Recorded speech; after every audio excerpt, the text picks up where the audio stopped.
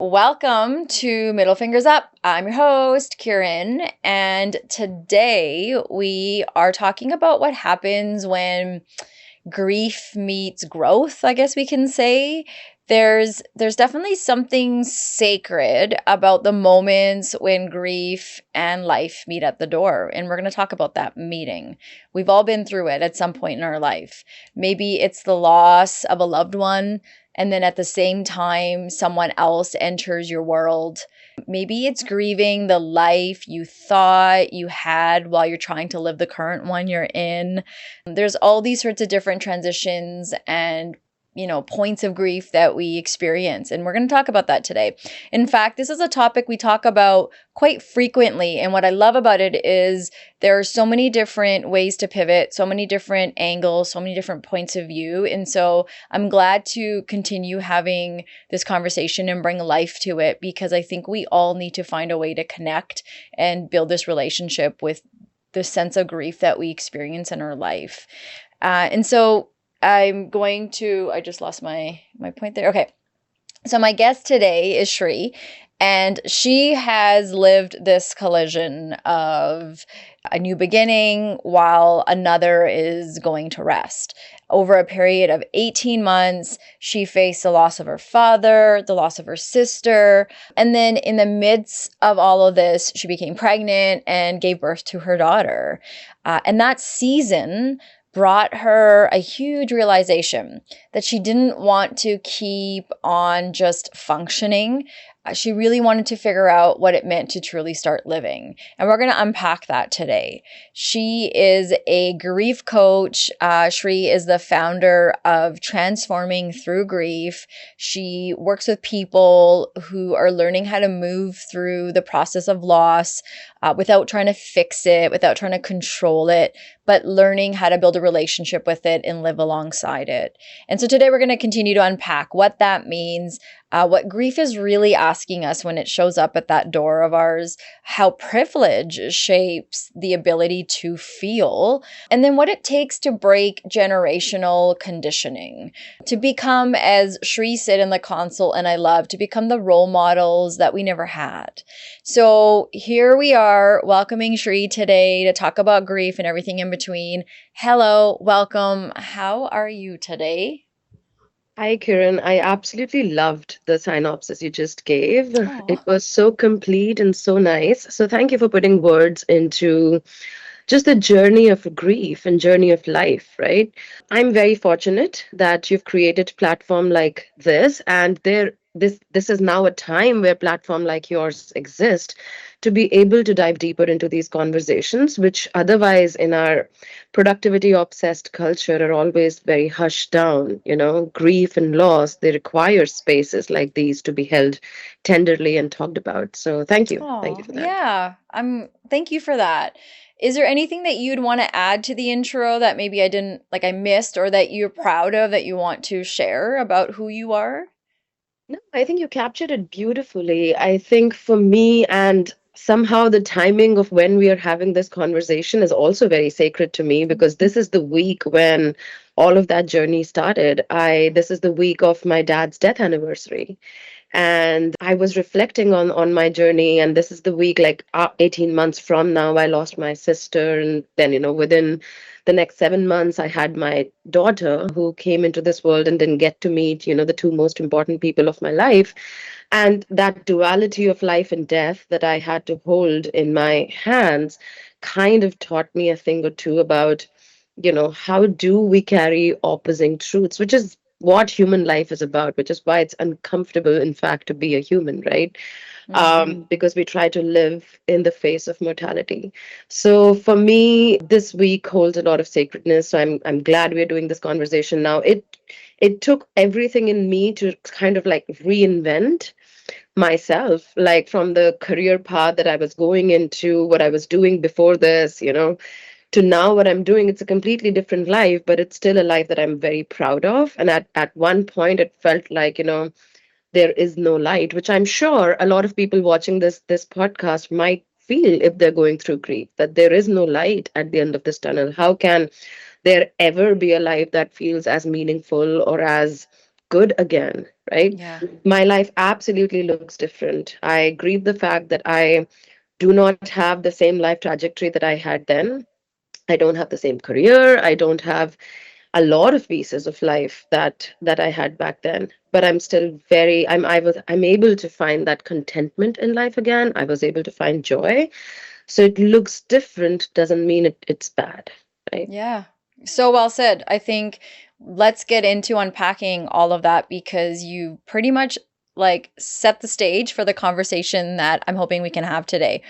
You talk about this duality, and I think that you're right, that is life. We have, a good day, and then we have, they say the best of times and the worst of times, and they can happen at the same time. And how do you find yourself, keep yourself, manage the side of you that you lose? All these sorts of things we all experience at some point. And it's so fascinating that on so many levels, though, we've been taught, as you said, to keep it hush, to just let it go and move on. And when we're talking about just specifically even the loss of loved ones, it's so bizarre to me that it's like this love that we had for this person, and we spent all of this time with them in the world, and then when they leave us, that we're just supposed to say okay, see you later, and move on. Like, they deserve, in some Yeah. weird morbid way of me saying, but they deserve a grieving process. They deserve that. Our relationship with them deserves that. So I think that, having people like you out there that are pushing the envelope and saying, hold on, hold on, hold on, let's work through it, let's work through it, I think that's important, because we are also trying to break cycles. Our elders and generations before us, they didn't all get this process, and they carried so much of that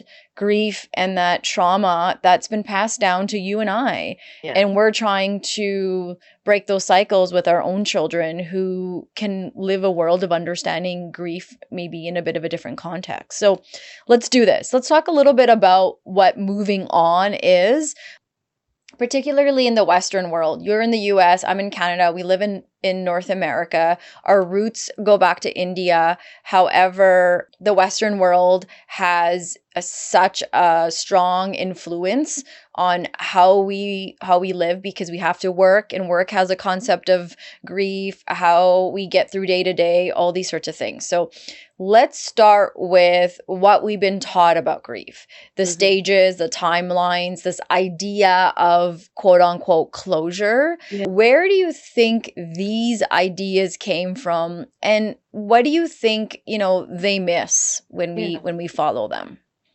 Yeah, absolutely. I think there's a lot of different ways you can look at the narrative that society tries to uphold when it comes to grief, right? And there are different inputs you can look at to see how society holds grief in both Western and Eastern cultures, right? There's a lot of cultures in which if we talk about, what are the traditional practices, you can mourn for X number of days. And then if you mourn beyond that, you're doing a disservice to the person that has died. And you're that's not good. They won't be able to rest in peace if you're still sad after X number of days. So they tried to put, a timeline on how you're supposed to feel, for how long you're supposed to feel. And that may not be your lived reality, but there is some fear instilled in you that you're doing some kind of disservice to the very person you love and you're grieving, right? And guilt. And huge guilt, yeah, that Yeah. when especially when tradition or religion would try to enforce this on you, right? If you look at the Western culture, there are things around these stages of grief that we talk about. You have to go through, you will be in denial, and that's not the stage you need to stay in. Then you have to move through these 5 stages to get to acceptance. So anytime you're talking about your pain, people be like, oh, but you need to accept that they're no longer here and move on. I'm like, was I given a choice?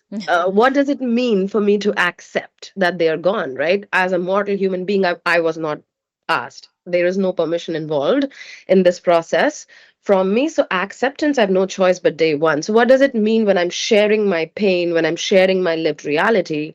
What does it mean to say you just have to accept? Right. And that's again one way of minimizing or dismissing your lived experience. And then come the movies and their portrayal of grief, right? You'll see that people are dressed a certain way for a few number of days, and then once they're actually happy, they're in fields and they're amazing and surrounded by flowers and clouds. Like life doesn't work that way. It is not binary. It's not, your grieving means you have to be sad. If you look happy, it means you've moved on, right? Again, we are trying to impose a binary view of a very complex human emotion here, right? Where we say, if you're sad, okay, you're grieving. If you're surrounded by flowers and clouds, you've moved on, right? And that's what we've seen in the movies growing up. What does grieving look like? We've also seen so many villains painted in this light of grief that when people went through grief, they became this was their villain arc and all of that. There are so many ways we've painted grief and emotion and pain in this society that if you're not happy, and if you don't find joy, you become the villain, right? Because you're now bitter and whatnot. There's no room for those emotions either. um, and finally, there's another one which is in Western culture more so, but I would say it's now pretty much globally prevalent, is you get 3 days of bereavement leave and then you're back to work, right? All of these micro messages all across the society that we are getting. You go to a doctor 6 months later, now in the book of diagnostics, the ICD, it says 6 months, after 6 months, if you're still intensely longing for your loved one after their death, and if you find it hard to be functional, then you have prolonged grief disorder, a Mhm. disorder, right? That something is wrong with you. A book of diagnostics will tell you that, which is the Bible of the medical systems, right? And you've been told now that something is wrong with you. How do you then internalize that experience? Mhm. Right? So all of those messages, who doesn't intensely long for this person? There is no subtext around whether you lost the person that you lost was your husband or your child or your friend. No subtext around that, or no subtext around what does it even mean to be functional. If I'm not able to do my laundry, am I not functional? Who decides what functionality is? If I'm not able to return to work and be at my desk and not at my bathroom floor sobbing and crying, that means I'm not functional.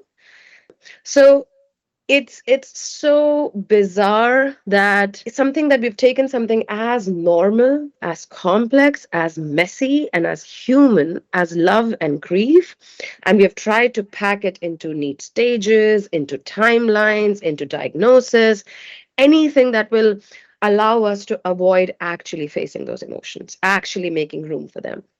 I think what it does then is it makes people believe that they're doing it wrong. Yeah. And maybe you can unpack that a little bit. You probably see that with some of your clients. I would imagine showing up being like, I can't even grieve right. I'm getting Yeah. that wrong. And Yeah. maybe you experience that too. And we're going to talk a little bit later about, during the pregnancy as well. But you had a lot of things on the go for you as well. So I would imagine you've heard it. I know I have.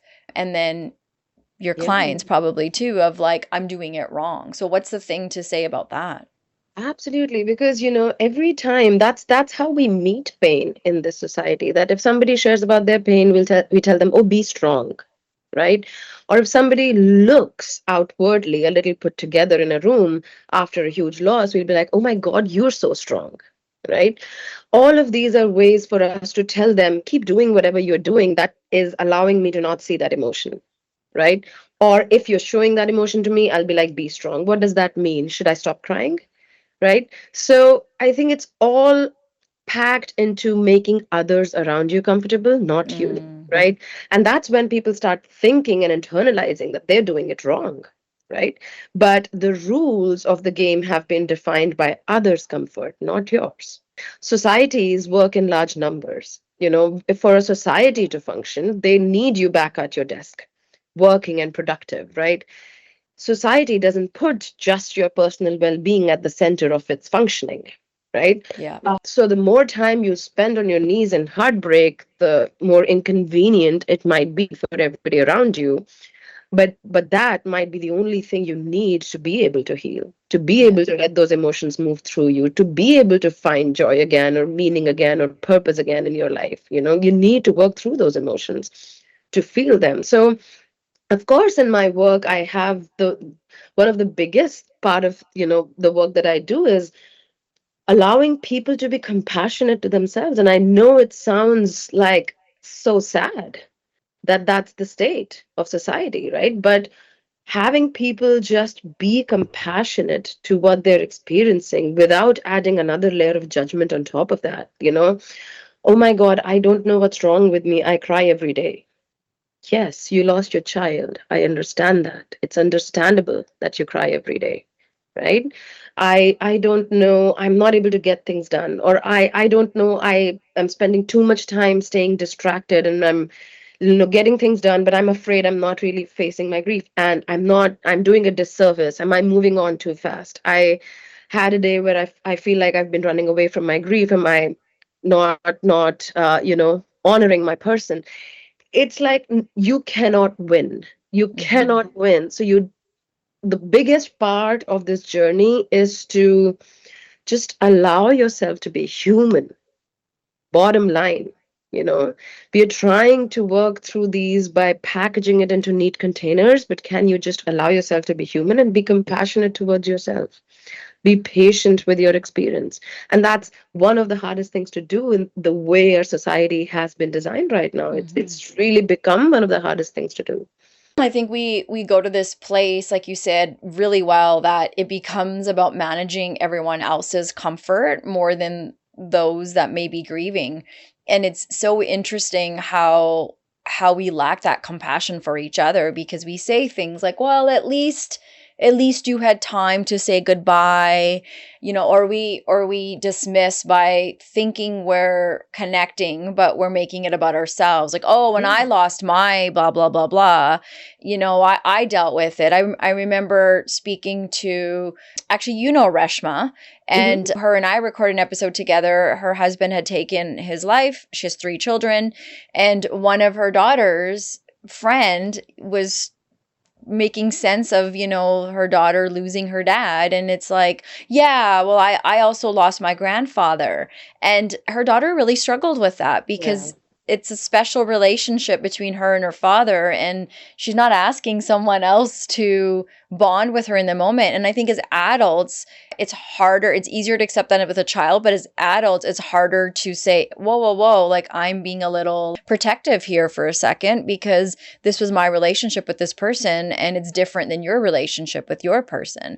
When Absolutely. my husband lost his father, I remember his friend's wife saying, but was he close to his dad? Yeah. And and I'm like, man, white people are so interesting because we get made all these kind of comments and made fun of in some way when, as South Asians, we mourn, an uncle's uncle because our family is so big and we are Sure. so connected, right? As our immediate family isn't in the same way as it is in the Western world. And Yeah. so I think we bring in our own context, and we really suck sometimes at having a level of self-awareness of, okay, this is how I know it, but that person before me is mourning in the way that they are, and they have a Exactly. right to that too. Yeah, and I would even take it a step further, right? Like, who are we to decide that you can mourn the loss of a father more than a grandfather or anything like that? The Yeah. bottom line is we need to stop comparing. It is not a Yeah. competition.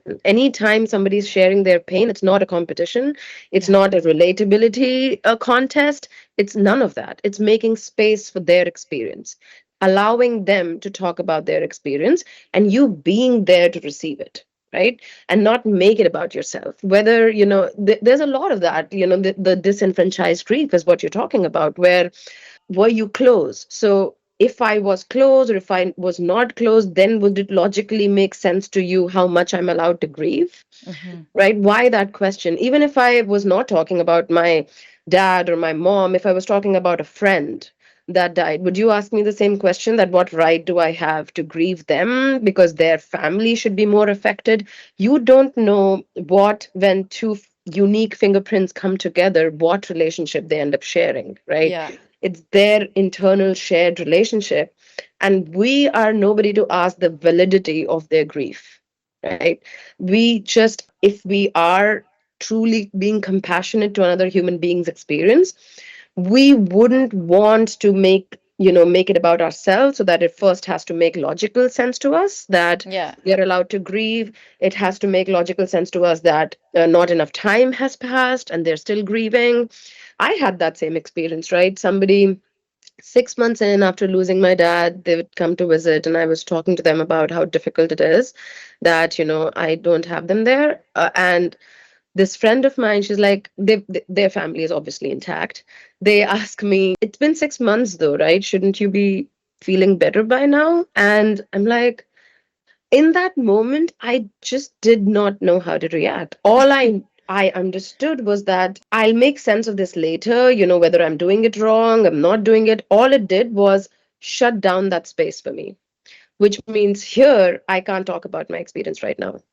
I have to either do it more correctly before I can share it with them, like figure out if I need to be better first, But chances or are you're never going to go there with like you exactly as most of us humans, we'd be like, "Oh, you're someone that clearly I can't talk to about this because exactly. And it's that's the driving you nuts."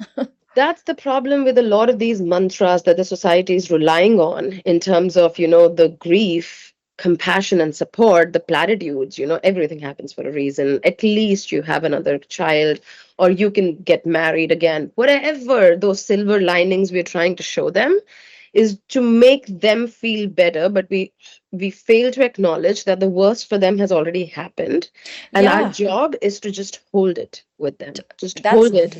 asking for a lot. Yeah. It's asking, it's, like, it's not from between you and I, but it is for so many Yeah. when it's lack of control and you just want to right away make someone feel, because again, you've decided that you need to make them feel better. You need them to, like sometimes people will say to me, "Oh, put it in God's hands." And like, I don't believe in God in that kind of way, and I don't care that you do. That's cool, you do you, but you've decided while I'm sharing my grief with you that somehow God's going to come and take care of me. That's one part of it if I'm a spiritual person, but I also, have to live in the moment right now with this Right. feeling and what. So I always think it's interesting, and I think sometimes in our community as well, some people will say you can't talk about it because you're bringing negative energy to Yeah. yourself. And Yeah.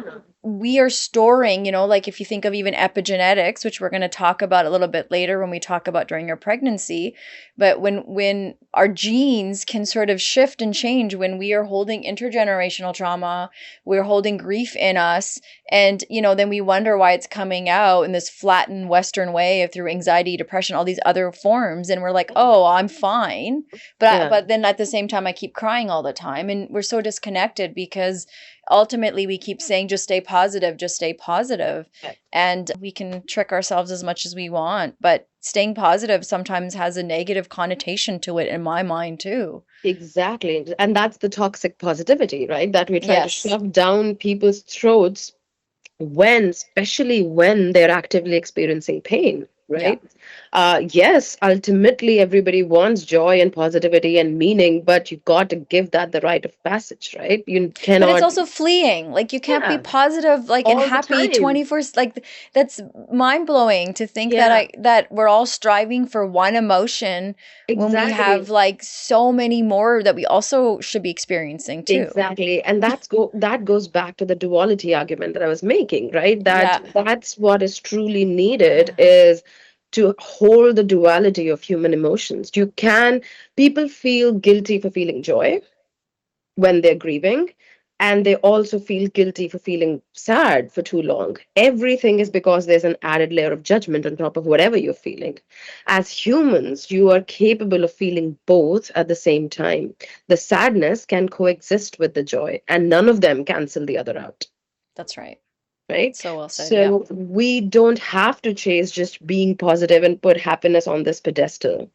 In fact, in a lot of ways, when we've faced this darkness, right, this grief, this lack of joy in our life, joy in a lot of ways becomes sacred when it returns, because we understand that, it's possible to hold them both. There's more dimensions to human emotions than just right or wrong. Yeah, absolutely. What's a myth about grief you wish more people would retire? I think a lot of people are developing a lot of understanding around the fact that it doesn't exist in stages, but it's still, a lot of people are still holding on to that idea because probably you go to medical institutions or something like that, and the same, institutions that are telling you you're doing it something wrong are trying to measure you by those neat 5 stages. So that's one myth.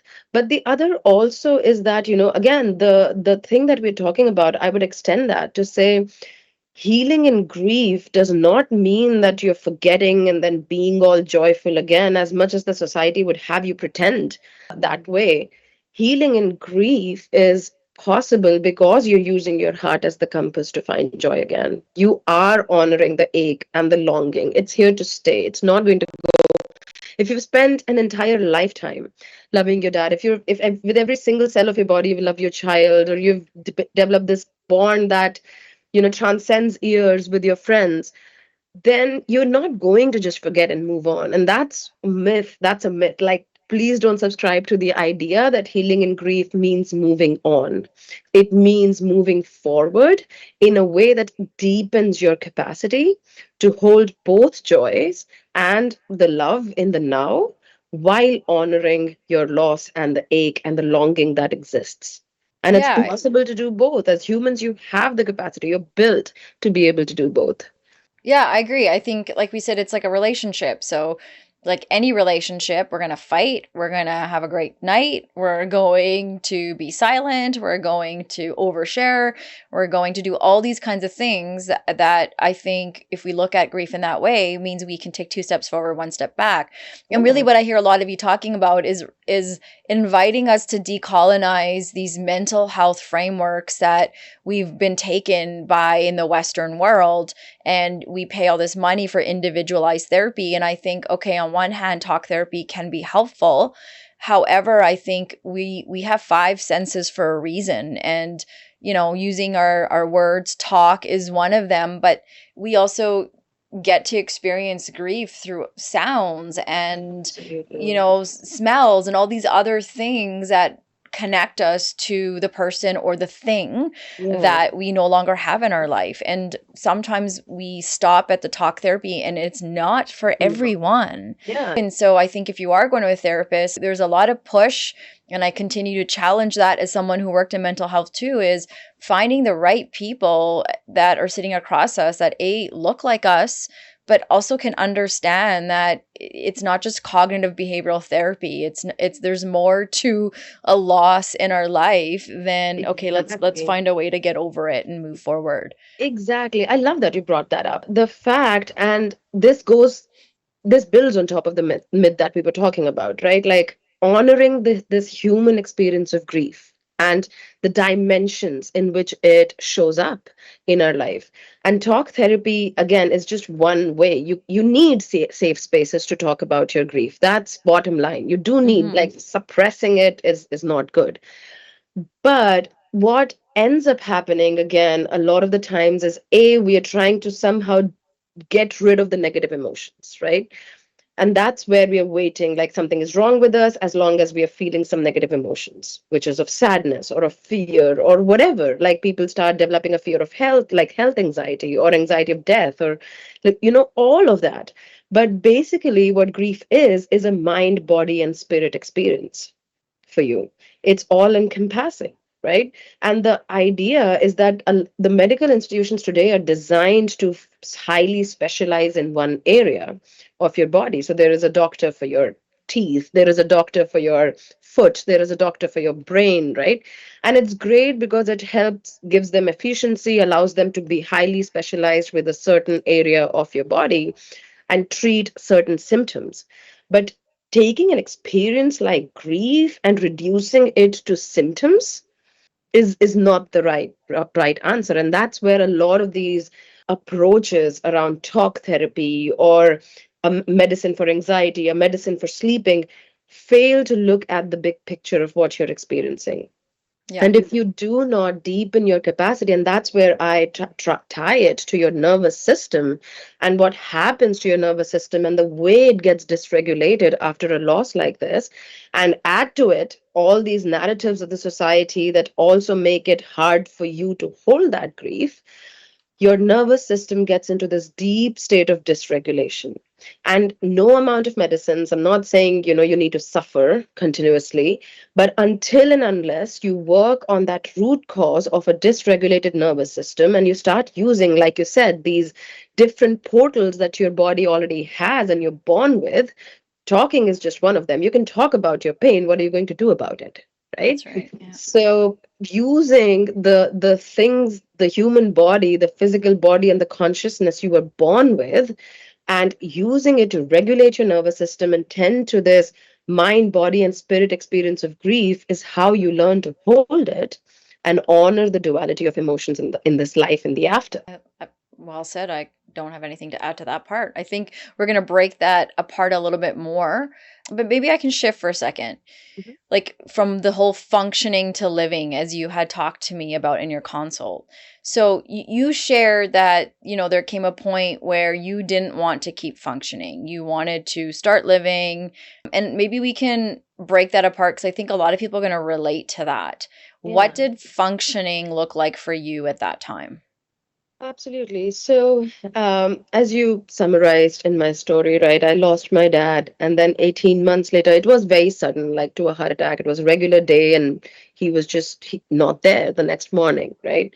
Um, and then while my family was still trying to recover from it, I lost my sister, who was a gynecologist in India, to COVID, and she died while being a doctor. And while this pandemic was raging in the society, we didn't know she was walking into the eye of the storm at the time. And then we lost her, and at the time, I was 1 month pregnant with my daughter.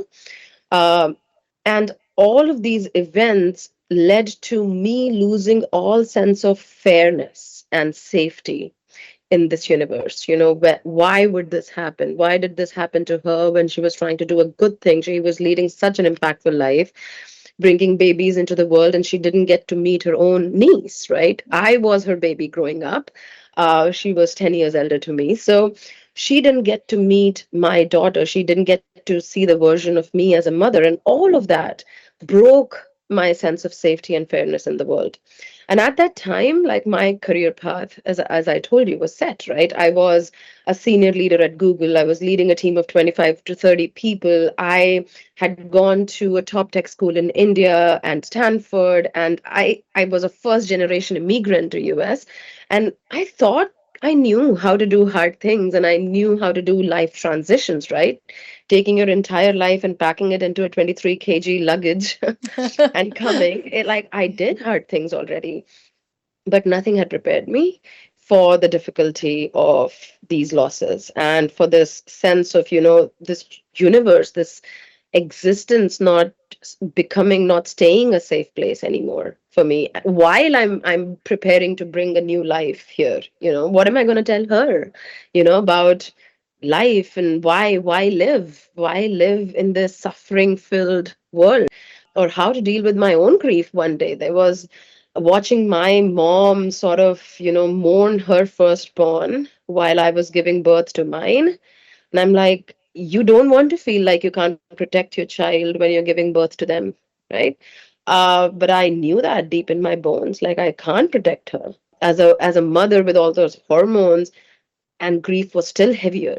Uh, in giving me that sense that, I got this with my daughter. So everyone kept telling me, and these are the layers, I was struggling with a lot, and everybody kept telling me, give it time. It's normal. What you're feeling is normal. And while that was great, that was very comforting to hear in the early part of my grief, where I was like, okay, yes, it's normal. It's okay to feel these things.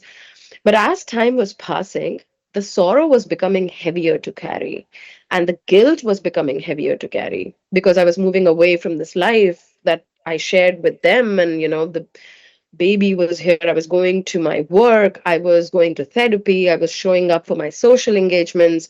I was doing all the right things, and optically, I was trying to live a life that looked very functional, right? And I was getting all those badges of honor, how strong I am, and how people would even go and say, I would not be able to do it. I don't know how you do it. And very comforting. So that's where I really struggled, that optically I was doing everything right. I was functioning and I was showing up for my newborn, and there are things you don't have choices in, right, when it comes to functioning. But no one was teaching me how to live again inside that pain, how to feel joy again, how to feel meaning again. And imagine looking at your newborn and feeling like, should I be protecting myself? Because if I start loving this human as much as I want to, who protects me from grief when it comes from me, right? Again, or finding that, nothing feels meaningful, even with a child in your hand, even with a career you've spent years building. And you look around and you find so much suffering everywhere. And this is the design of the universe. And for me, nobody was teaching me how to live inside those truths, right? And of course, I could keep functioning. But how do I show up and be present for my daughter in the now? She needs me now. She doesn't need me later, right? So to me, it became clear that there is no magical time coming when I'll suddenly be okay. It's So not going what to like happen. what shifted then for you? When did you realize So I kept pushing, survival right? isn't enough? Yeah, so I kept pushing. I was doing all the right things with therapy and with my job and with my daughter and everything, but I burnt out. Yeah. That's what ended up happening. I burnt out as a parent, as a professional, and as a human. I'm like, I cannot continue living like this. I cannot continue to suffer every day.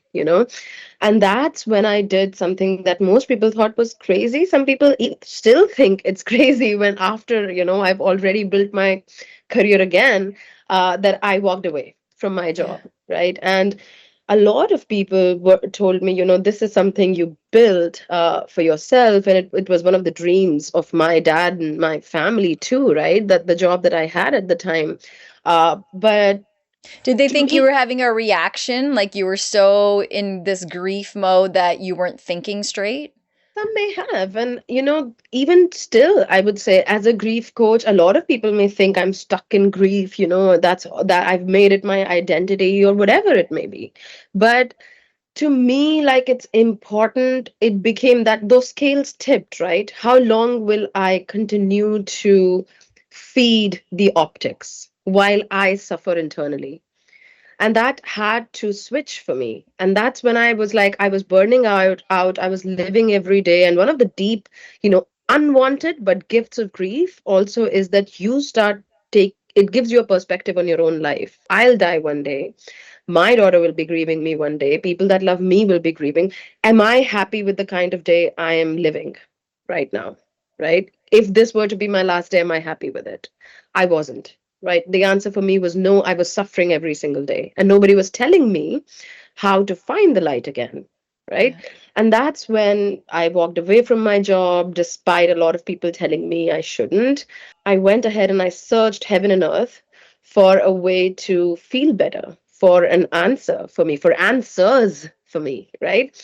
And one of the things that I came across at the time was nervous system regulation. I had always been into a few, practices that our traditional Indian culture goes into, like things like yoga and things like meditation and breathing, but none of it was truly helping me shift the weight. But when I started practicing deeper nervous system regulation, I studied the nervous system science, things started shifting for me. It did wonders for me in that moment, in regulating me, in breaking my spirals and interrupting the loops. And then I thought, if it's helping me so much in the moment, what does it look like if I apply these layers to the layers that grief comes with? Right? That the journey of grief sort of wants you to answer. So then I went ahead and got certified as a grief coach by Megan Devine. I absolutely love her work on grief. And for the last 3 years, I've been working as a grief coach in my local hospice, walking thousands of bereaved through the same, nervous system regulation tools that I used for myself, and through the step-by-step process that I came up with that is designed to help you work in a structured, predictable way that takes that tangled emotional mess of grief and turns it into these steps that you can work through and reach certain conclusions for yourself that allows you to invite the full spectrum of emotions back into your life again, right? And I've seen these in those last 3 years work over and over again, and I've not looked back since. I've been doing this business. I feel so rewarded in doing this work now. I still hate to, say that all of that suffering was the reason that I needed to find this purpose or anything. I don't think there is any reason to suffering and grief and loss. My sister didn't deserve to die for me to find my purpose or anything. But I do think with the cards that I was dealt, and which a lot of people get dealt for no rhyme or reason, there is suffering in this world. I find it really rewarding to help people find that light again and avoid some of the mistakes that I made on the journey, because I didn't have something at this time that looked like this. You know, Mm, mm. uh, so yeah, that's where for me it shifted. Yeah, that's huge. And if you don't mind, I'd love to pause for a moment at the grieving while pregnant. And I just, I shared that during my first, and I was 7 months pregnant, and my nanny on her last trip to India had suddenly passed. Mm. And I remember like the day that she passed, I got the phone call. And I also remember calling in at work that day. And like you, I was in senior management leadership. Like I just connect so much to your story. I really, really valued what I was doing at the time and working in mental health and crisis trauma. And so you think you're in a setting where we get it. And it was very interesting because I didn't feel like I wanted to scream, but I didn't think I could because I had this baby inside me. And then my boss is saying, you should just come into work. Like you none of your family's here. You're just going to sit around and cry all day. And that won't be good for you. Work is therapeutic. You'll feel more productive. And so I bought into that. And I went and, and everyone's like, oh, it's your grandma. Grandmas die. Like, that's part of Oh my life, gosh. and you're like, oh, okay, you're right. Yeah, I guess. But Oh my gosh. also, Yeah. like, go fuck off Yeah. because, for many of us South Asians, our grandparents are like our first parents, even before Yeah. our parents, right? And so you're just like managing all of this stuff and whatnot. And I remember, then my second time with loss of my other grandparents was when my kids were young. And so I just think as a South Asian woman, Mm. we are taught from the minute we're born how to be, who to be with it, where to be. We don't really get to kind of create our own story. It's created for us. And then you become a mother, Mm-hmm. and in the process of growing this baby, you're now going through grief. Yeah. And that whole, put your oxygen mask on before others is sometimes bullshit because when you're a mom, you Yeah. can't you can't think of you No. first. You no matter how hard you want to believe it, you think of your baby, whether you're carrying the baby or your baby's born, you thinking of what it is to protect this being. And I'm just like so curious for you in the midst of all of that while you're dealing with the loss of your father and now your sister who sounds like is like a mother to you, Yeah. and now you're in this early stage of pregnancy. Like what was the feeling going through in your body, and what did you want to do that you felt like you couldn't do? And it's like the first time you're truly experiencing very early on what it means to be a mother, Mm. in your early stages of pregnancy, because I would imagine you're putting the baby before you. And so I'm just curious for you, like what that was like in your body and how you were trying to make sense of it. Yeah. I remember very vividly around that time, there was so much of my own guilt, first of all, Yeah. that I was feeling as a mother on not being able to be the version of my mother that I always hoped I would be when I get pregnant for the first time in my life. This was not the journey I imagined it would look Yeah. like. I mean, I find out I'm pregnant, and a month later, I lose my sister, right? To me, like, I was trying. A lot of people kept, like my relatives back from India and people who, cared about me and the baby and everything would call me and tell me, you shouldn't be depressed right now, or you shouldn't feel so sad right now because it's bad for your baby and you're sharing hormones with her, and you're going to affect how your baby is going to feel, and it creates these changes in them. And I'm like, I was experiencing all of that guilt, which was getting reinforced by people telling me that I should not because I'm harming my child. And to feel that I either have to forget my sister and that ever happened, who was like a mother to me, or I can be a mother. Like it was an either or situation. How do you choose? How do you choose that? Mm-hmm. So in my body, like I think while I was pregnant, I was just trying to suppress, right? I was like, I need to be a mother, and then I would cry, and then I would stop myself from crying. And then if I am happy, I would also feel guilty about being happy and about this joy that my sister is not here to experience. So almost every emotion, you're like suppressing it and cutting the oxygen supply to every particular emotion that you're getting. And what you get end of the day then is just again functioning. I was functioning, I was showing up and smiling through the ultrasounds, and I was feeling the joy for a second, and then it would get replaced by guilt or grief, and then I would feel grief, and then I would immediately cut that off too because I don't want to harm my baby, right? So all of these things, and now when I look back, I have so much more compassion for her, that she was carrying something that many people might never even know how to carry, right? And that still came with judgment and the to-dos and shoulds and woulds from other people. What would they do if they were in my position? So I'm like, what a luxury to be able to say that statement, right? Or what I should be doing. There were also in my entire journey when I saw her face, and as I told you, right, as a newborn's mother, but I'm still struggling with all of these big questions around mortality and death and attachment and pain and all of that, right?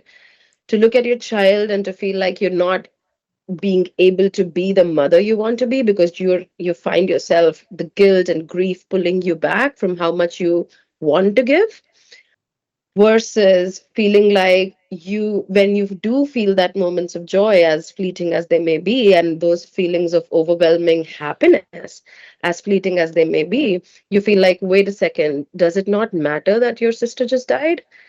And that was horrible, right? And Yeah. that's a very, very normal conflict in grief, pregnancy or not, right? Yeah. Of course, it made it that much more difficult. The fact that I was learning how to be a new mother and I was learning how to be a new griever at the same time. Uh, and the point is that when you're early in any journey, you're still finding out who you are within that journey, right? And you don't have the luxury of not having judgments along the way because of a lot of high cortisol in your body and Mm. being hit by two big events. Your breastfeeding journey gets impacted, right? Mm-hmm. And everybody's like, don't take stress, otherwise you're not able to produce enough milk. And then there is whole judgment around, formula feeding. It's relentless. It's Yeah. relentless if you start focusing. And I went through that, through all of those layers for a very long time. And then I understood that I have to take ownership of my own journey. I will never be able to be, I will never be able to grieve right, or I will never be able to mother right if I keep measuring myself against some standards that somebody else is setting who is not in my shoes. Totally. I always say self awareness is like having a superpower. I think when we can try to be as aware of, okay, this is a rough time for me, and maybe I'm not going to hit all the highlights I'm supposed to for helping my baby. I think the gaining aspect, at least for me, was I also have an opportunity to shift something. Like, yes, I'm stressed. I've experienced a major loss, as you're sharing, like you're mourning one life and then you're nurturing another. But the thing about grief, the more we build this relationship with it, is that, okay, where I was maybe 14 years ago when my nanny passed away, and where I am today in my grief journey with the loss of her, I know and understand so much more. So Exactly. during that time, I can be present with my son and work through some of that. So I think, when we experience trauma in our life, we all do it. But the thing that separates those of us that are impacted by the trauma and, with regression and all, versus those that can thrive, is who's around us to provide safety and community. And so I learned early on when my nanny died, and then when my daddy and dada died, when my kids were little, like I had them view the body. I had them go and be part of a lot of the funeral process that we do, the rituals we do. And I had family member even say, like, holy crap, I'm kind of intrigued by what you're doing. My kids are older and they're not part of any of this. And I said, you do you. But I Yeah. know for me, I want this to be a parallel journey with my children, and Yeah. I can meet them developmentally where they're at. I'm not going to give them more than they can handle. But today, 14 and 12, they remember a lot. They Yeah. feel the presence of, like, yeah, I was there. They feel honored, and we never stop talking about the loss, because, like, how Yeah. you're experiencing it today is going to be different than tomorrow, but every day there's a part that you kind of release in your journey. Absolutely. Yeah. So it Yeah. doesn't go away. And I It think doesn't I go think away. we And have to that's remember that, right? yeah, the only way is for me, this grief is a life force right now, right? Like for me, it's also it has given a lot of depth to what I do now, right? It has given a lot of I Yeah. use that as guiding light. My daughter, for example, same as you, are related with that part, right? She has a relationship with her nanu and with her aunt, right? With her masi is what she calls her. And Yeah. she came up with on her own, she came up with a name. Like I told her, this is your masi, and she's like Mau. She gave her that name. So I'm like, that relationship is still being nurtured. She has Yeah. rituals she'll do. She's almost about to turn 4 right now. Like, but her entire life, she has been building relationships with them as she's been building with the other people that are around and living. She knows that they are part of her world, just in a different way. I tell her a lot of the love that, I say things to you that Mao used to say to me, right? And she knows that that's where I learned that kind of love a lot of times. We have pictures of them that keep appearing, and she asked me about those pictures, and I'm nurturing that relationship for her. And a part of that is her, like, she's still just 4, so she doesn't understand the concept completely cognitively of death and everything, right? But she does understand that she hasn't met them, but they are here. They love her, they watch over her, and there is no reason why I need to stop talking about them. Yeah. There is absolutely no reason. And as she grows, as her cognition grows, she will understand, and she will hold that same duality, hopefully, that I've learned how to hold. The answers that I've found will be her legacy to carry, right? Like and maybe like she'll have the freedom to find her own answers too. Totally. So that's the part to me that I will never be hush hush about this relationship, and not even death, right? Yep. I will never be hush hush about this relationship. I will always keep nurturing. She cuts cakes on their birthdays. She knows that she gets to cut the cake. There is her birthday and Mao's birthday and Nanu's birthday when she gets to cut the cakes. So Yeah. she enjoys that aspect, and it's part of the love that she gets. Totally. And it's you built these rituals that show that, okay, grief process can be healthy. And like, like my oldest son, he lost his lizard a few years ago, his pet. Yeah. And I was like, oh, another opportunity, because we're just Yeah. scaffolding, you got to experience your great grandparents, now your own love that you're connected to. And, it's sad, obviously, we're all crying and sad, but we have to protect our kids in a way that actually prepares them, Shares versus them. the Yeah. opposite of what I think we end up doing, because we feel the pain, we don't want them to. So my question is for listeners and viewers, those that maybe are in this space where they feel they've had to delay or carry this grief in a way that they haven't been able to work through and process, and they're holding it all together for their kids, for their families. How can they start naming the grief in the body? What are some somatic ways that they can start to release? And it's never too late to start the Yeah. process. It's never too late, right? I love that you said that because, again, there is no timeline to grief. If you've been holding it all together, if you've been surviving, you've been doing with what you knew how to do, and you've been surviving, and you've been putting one foot in front of the other. Yeah. Grief and loss is so devastating that I can't expect anything more from anybody, right? Yeah. And the fact is that when you're ready is when you're ready to do the work. Grief will wait. That's how forgiving she is. She'll wait. We can't ignore for our entire life that grief and death and these things exist, right? And this has happened to you, and there may be a lot of feelings waiting to be felt. But don't judge yourself for not coming to the work sooner, is my first thing, because you were doing whatever it took to stay afloat. And that's fine. You don't hold any judgment about that. If you're ready to step into the work, I would say, like, even giving yourself 10 minutes every day to think about your loss and your grief and how you would want to start holding it differently. Watching within your body when you think about your person that you lost, or anything that you're carrying as emotions around that loss. Maybe you've been suppressing it, but if you give yourself 10 minutes to let yourself feel that those emotions, where do they show up in your body? Can you start naming that? Does your chest get heavier?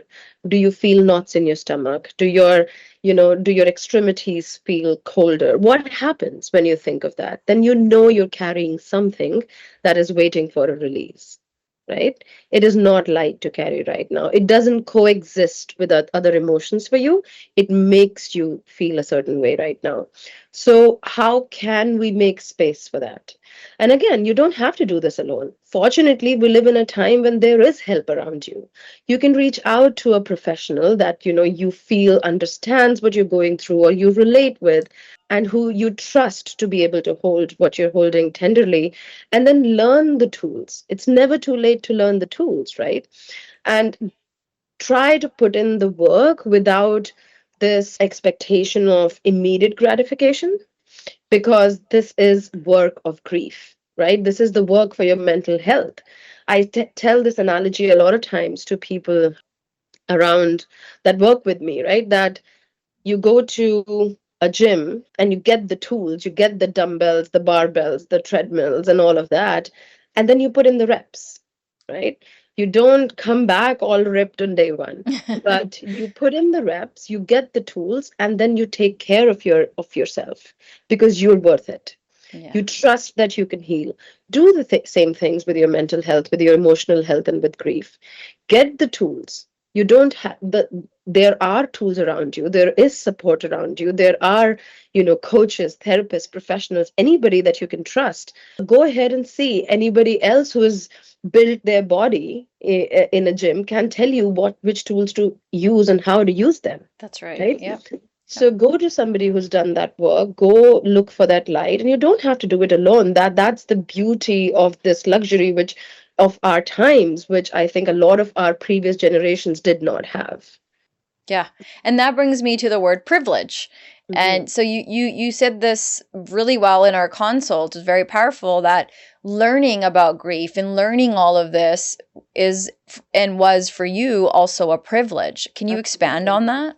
Absolutely. So I think, to me, a big part of giving up the career that I had built because of the years of conditioning that I went through, right, was that I was associating being successful and being happy and all of those things with this job and with this career, with the optics of how I was operating, right?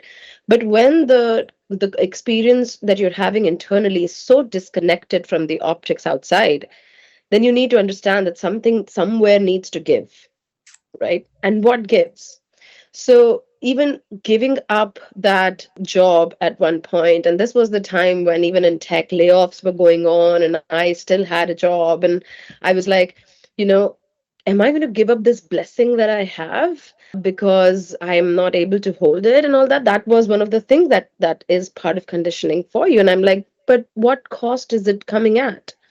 What about my physical health, or what this constant cortisol is doing to me? What about not being able to take care of my emotional health, about my grief? How is that helping the big picture? Right. So for me, like for a long time, this was coming with the feelings of failure, Mm. that quitting a job that is making me stressed, or keep doing the same, things, whether it's therapy or whatever else it was, which optically looked really good and successful and the right things to do, came with those conditioned feelings of failure. That am I giving up something that I will regret later? But I think understanding and reframing it into a privilege and a choice that I had, that I had the choice to be able to give up a job and to be able to choose something else for myself in that moment, to be able to make a choice that takes better care of my emotional health, of my mental health, is actually wise and not a failure. And if I am feeling good about what I'm doing, I will find a way to thrive again, right? If my internal world is once again aligned with this joy, with meaning, with purpose, I will find a way to thrive again. And that's exactly what ended up happening, right? So to me, I think it is a privilege. A lot of times people think not functioning, not doing the job or the relationship or whatever else that you may think is the thing that you need to keep doing because it's the right thing to do, Yeah. is holding you back in a lot of ways from what your quality of life would actually be. I think of young South Asian women and even men. There's this dialogue of so much guilt when they recognize they have this privilege and this choice, because they're sort of paving this way, breaking these cycles for the first time. These, Yeah. first generations of immigrant parents who did the survival thing, and now these young people have the opportunity to feel dissatisfaction at work. They have Yeah. the privilege to get married, to not, all these sorts of things. And I think sometimes when that choice is available, I'm noticing there's almost like more guilt now, More guilt. because, oh my gosh, I'm so guilty that I have the choice to do something different, but I don't know what to do. And so then they kind of feel like they're in a bit of a slump because there's also no direction. And maybe this is where we look in the camera and we do a PSA for these young South Asian women and men who I think we have to teach and say, like, have some grace for yourself, because you're Yeah. doing something for the first time that people before you, like you said, we are our role models now. We are deciding what that's going to look like, when we didn't have that growing up. And again, no shade to our elders. We get why they did what they did. Yeah. So if you have something you'd want to say to these young, South Asian men and women that are just in this slump and feeling stuck because they're guilted by the fact that they have choice. Yeah. I think it is important to recognize that what your parents did was right for them, right? And you have the same luxury. You have the same choices, that you can do what feels right for you rather than following the template that's been handed down, because there is guilt that comes with breaking the template, right? Yeah. And I think you have to recognize, you have to take stock of your living situation right now, and you have to look at both your suffering and your blessings to be able to see how can you be resourceful in your lifetime, right? Your resourcefulness does not have to look the same as your parents, but you can be resourceful in a very different way. So for me personally, right, like giving up a job and a career that was not bringing me meaning, even though like growing up in a scarcity mindset, because that was the call of the hour, right? That was why it was important to take all those steps to get where I was. It didn't mean that I had to continue honoring that when I had outgrown that mold. When I had the liberty of choice now, which again, your parents' generations have been working hard for you to get that option of choice now. So using it should not come with guilt, it should come with empowerment. You have been building for generations to have this option of choice now. So you getting to exercise it, to you getting to exercise that choice, you getting to honor what makes you happy, fulfilled in this season of life is actually, redemption for a lot of, generations that were working hard to get you to this point. And it I think shouldn't that's come with guilt. some of what I hear is this is that guilt and grieving this loss of the conditioning itself. We grew up with all this conditioning in North America. It's very much of the Western white supremacy, the system that has taken all of us that live here, and there's this is the way you assimilate. And if you don't, then you don't really get to make it in the world. And there's all these reasons why we don't. And I think sometimes when you're in the cycle breaking era and you're like, oh my God, I'm so conditioned to think this way, to feel this way, but really I'm not necessarily identifying with it. Yeah. There's some grief in that because some people are looking to maybe some friends or siblings that are married that have kids and have these things that we've all been taught we need to feel successful, and those ones that are doing this hard work of breaking through the mold of this conditioning, sometimes they're like, well, what's the point now, because maybe I should have just followed that route. Maybe I should have just done that. And I'd say stay the course because you're entering such new territory that so many of us didn't know we could when we were trying, we didn't know we could break this mold of being conditioned to be this certain way. If you want to add anything to that. I think you summed it perfectly, right? Like the fact that everybody doesn't have to fit in the same mold is part of that privilege. And again, let's be more cognizant of not relying on the optics. The only thing you really have control over what is your lived experience. And if that is not aligning with how you want to live your life in the one life you have, for all we know, I think that is where that responsibility should come from. And sure, grieve the fact that you have broken some sort of conditioning, but then also take the time to pat yourself on the back for that. That you Yeah. were able to, after grieving that version of you that subscribed to that conditioning, you were able to break free and pave a new path for yourself. There is a lot of self belief that has to be there in that journey too. And you're not going to lose everything. I think the cycle breaking era that you talked about, I do feel like almost every generation has their own battles, right? Has their own generational traumas to break. So, this grief that comes is part of our cycle breaking responsibility now, that we endure some of those feelings that come with it. Will always, like breaking a cycle or generational pattern, will always feel at first like doing something wrong, Mm-hmm. right?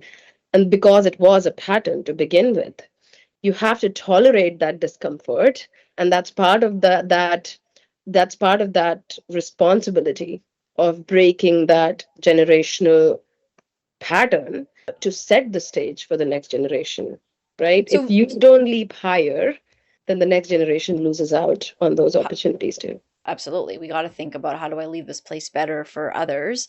What would you say to someone who's like beginning to realize, "Oh, okay, I have privilege here.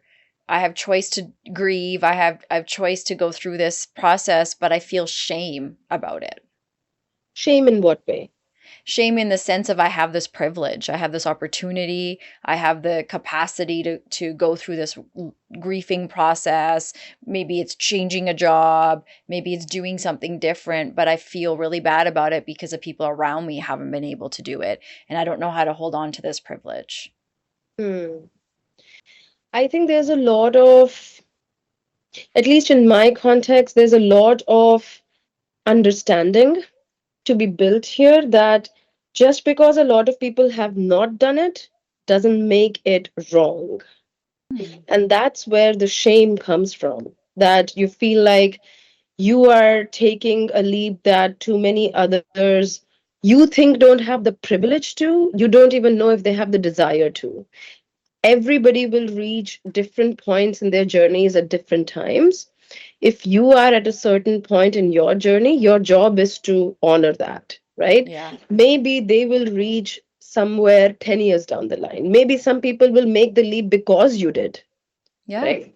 And they will look around and see an outlier and they'll be like, and eventually somebody has to be, a few people have to be the outliers for it to eventually be normalized, Yeah. right? So if you are thinking, most people don't understand around me that I need to honor, whether it's your grieving process, that I need to get help with it. There's a lot of taboo associated with mental health, self-care also, where I'm taking this example too, is that investing in my mental health or investing in my self-care is privilege, Hmm. or leaving my job when I have, this amazing financial cushion is privilege. I shouldn't be doing it. Nobody's taking these erratic choices. Why am I coddling myself? Whatever Exactly. Yeah. wherever that shame is coming from. I think instead of being, you have a choice here. You can either be that person that reinforces that shame, or you can be that person that releases your own shame and takes the leap so that eventually it gets normalized for others around you too. Yeah. When they see your consequences of your choices, of how you are living maybe more fulfilled, hopefully, as a result of just daring to dream, daring to give yourself more compassion, daring to give yourself more support, daring to invest in yourself more, take care of your emotional health, whatever that may be. And if it gives you something that comes out of it, and they see you as a living example of good consequences, then it opens more doors than you may think. And that's what I was saying, that part of tolerating that shame and still doing and following your heart and giving yourself more support, more compassion in whatever it is that is part of your journey, is allowing and normalizing that same thing for others. And in the context of especially grief, I would say, that the society doesn't understand. They give us just 3 days of bereavement leave. My friend doesn't check in on me too often, or they think I should be over it by now. Can you start by giving yourself the same things? Can you start by releasing the shame yourself, and others will follow your lead? Yeah. Yeah, I like that. I think on many levels it's addressing that huge stigma and taboo in our community with what will people think. And we Mhm. get so caught in those optics, as you had mentioned earlier. I have to be a mother a certain way, I have to work a certain way, I have to grieve this way, the people are telling me. And then we start to lose parts of ourself, and it makes it a lot more complicated than it needs to be. And sometimes it is like, okay, what is my gut telling me? What are my values? What are my beliefs? Yes, I've been taught this certain set, but what do I truly feel? What works for me, so that I can be true and I can, work through this process. And like you said, maybe bring other people along. I And know. that takes me to this world of social media. Like, we see so much talk about mental health, about grief and loss. Sometimes I watch these videos and I'm like, I don't understand how it'll be like a doctor that's like crying against a wall because they're like, oh, I lost another patient today. And I'm like, so you set this camera up to record yourself crying? Like, this is all to get followers and viewership. And I think we're sending a very sexy tone to what addressing grief and mental health and all these things. And I think we have to be mindful. We have a responsibility if we're going to be part of the digital world, and how we go ahead and do that. And so Mhm. sometimes it just comes out performative, and sometimes it's real. And so what do you think's being missed in some of these conversations on social media, where it's that performative side and people are doing it for the clicks and for all those other reasons, and then you have vulnerable people that think, okay, this is a way to follow, this is a way to, adapt to grief and loss and work on my mental health. Where can people, do you have tips and things that people can look out for, and sort of recognize where it's being performative and not quite supportive and helpful? Mm. So I think one is always listening to what your a gut is telling you about what Mm, you need in your healing journey, right? Do you will be able to see what thoughts make sense to you or not. And what I'm saying is that there may be a different spectrum of thoughts that make sense to one person versus the other, right? But if it feels true for your journey, you Yeah. are totally allowed to connect with that part of social media, Hmm. right? And when you say there is a two-edged sword there related to, when people are crying on camera. For me, sitting from my bedroom, it is very easy to sit and comment, oh my God, you're doing this for likes and you're doing this for clicks and all of that, right? You're performing, are you recording yourself crying?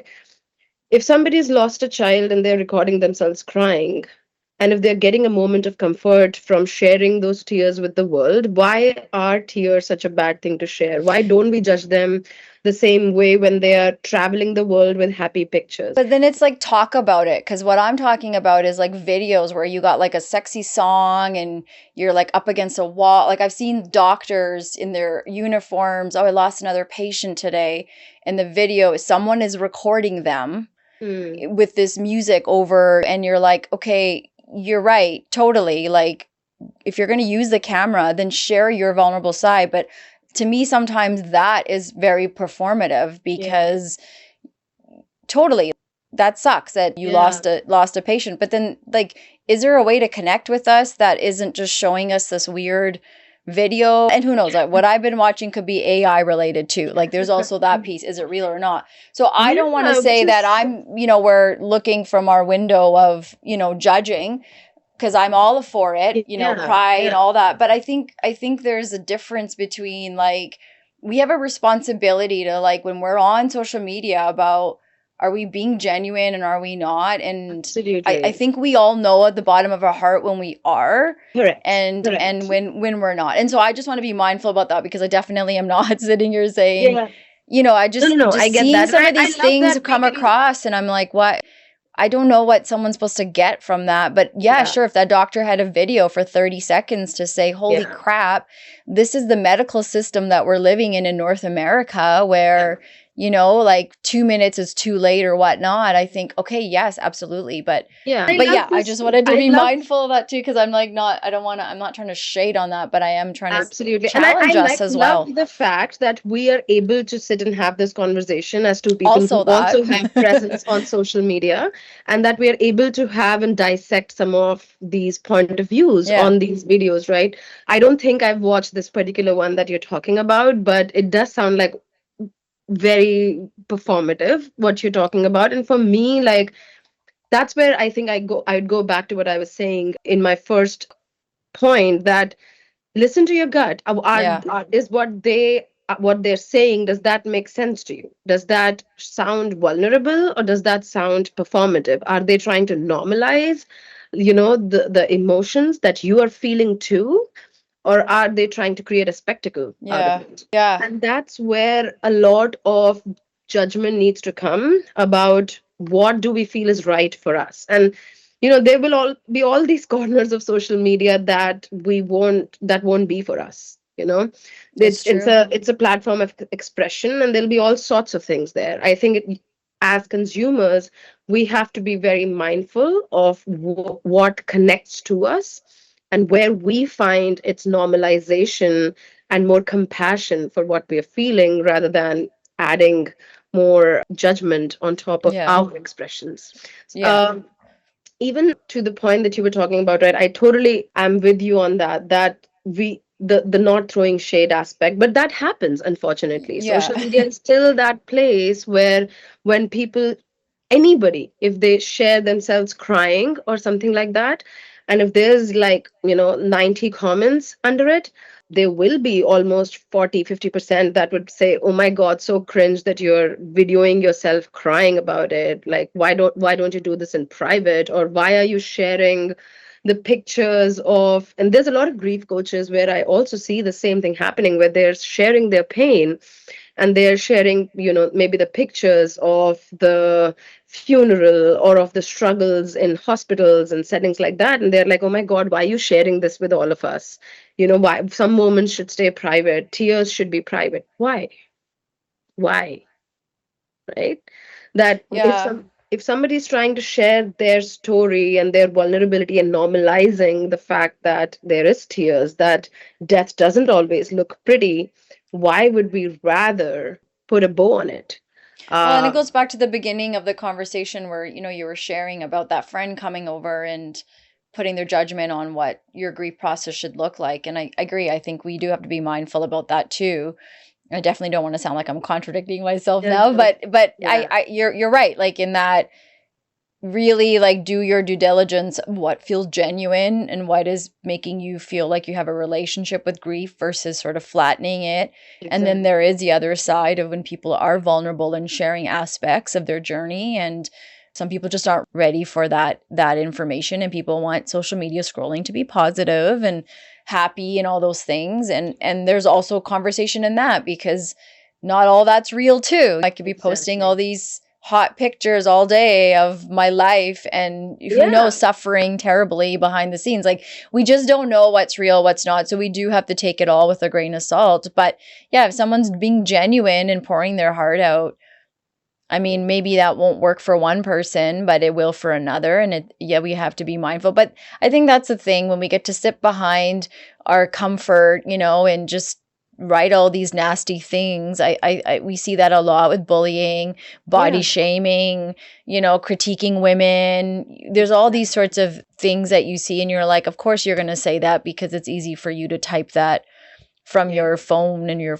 from your comfort of your house, yeah, and it's impactful in a negative way, yeah. unfortunately, because people see that and take that, and then they add to it and whatnot, and so I get there's like a fine line there. There's a fine line, and I think I would like to reemphasize what you were beginning to say at that point too, is that there is a responsibility that comes with using social media as somebody who's putting content out there. So if there are people who are, putting content out there and listening to this, of course it comes with a sense of responsibility, right? Yeah. Having understanding that don't just do it for performative reasons to get the likes and get, as much as we say it, there will be people that do it, right? So there has to be that consumer intuition that comes into play of what I want, because people will be using social media as means to various ends, Yeah. right? Some people are there just for the likes and for the reactions and for the cringe content that they put out there, and that Yeah. what you were describing sounded like that, with the music and the whole performative dance of "I lost a patient," where it's kind of cringe that you would do that, Yeah. but we never know what the motivations of somebody is, True. and that's true Yeah. for any technology. A technology on its own doesn't have an agency or a free will. It's up to people and how they put it to use.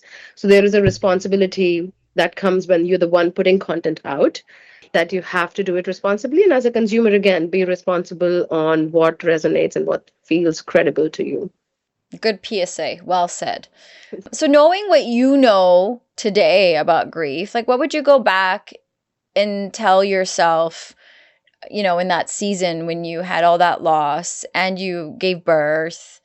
Was there anything that you would say today that maybe you couldn't say to yourself then? I would ask her to have radical self compassion for herself.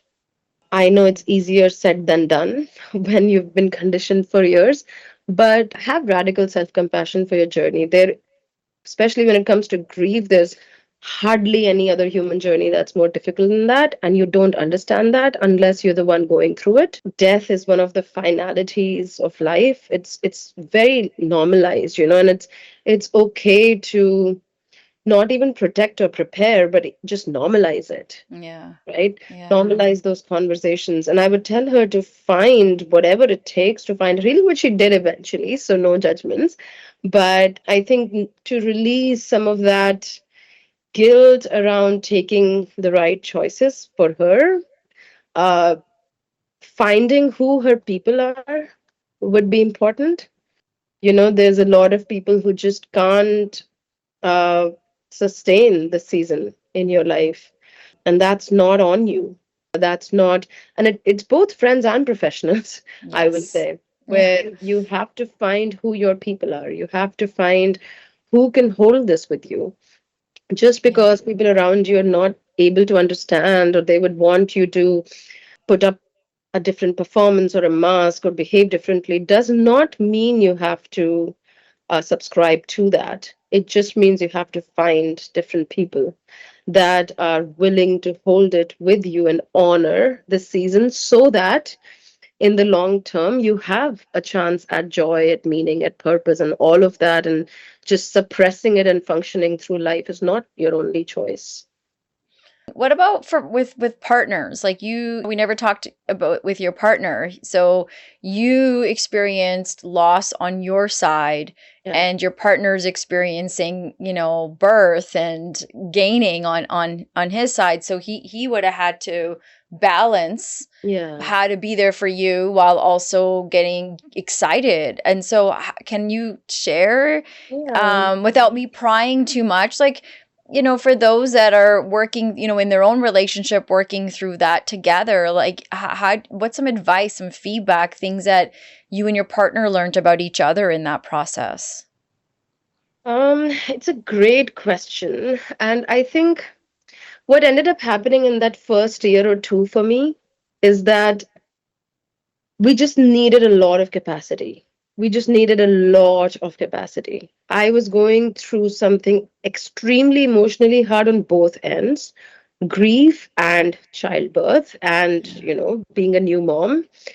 Both of them have very intense emotions to them. And there was also a lot of physically demanding time. It was a very physically demanding time, right? With a newborn, with the lack of sleep, and with you recovering physically and the chores. As first generation immigrants, you don't have a village that it takes to raise a child. You're basically doing it on your own, right?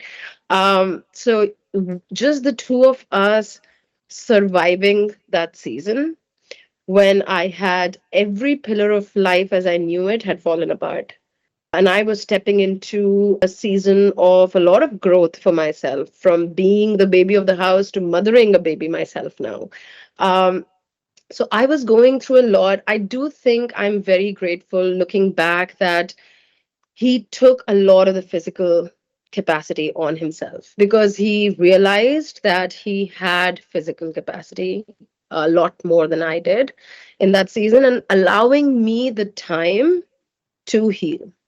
And I know a lot of times things like that can come with a lot of, and this was the COVID time as well, right? We were all in a lockdown, and a lot of that responsibility was on my partner at the time, to be the emotional support, to be the physical support for the family, not just me, but for the child and for my recovery, and the late nights and every little thing, right? The And we just living by ourselves with no help here, the from cooking to cleaning to everything. He took a lot on in terms of physical capacity.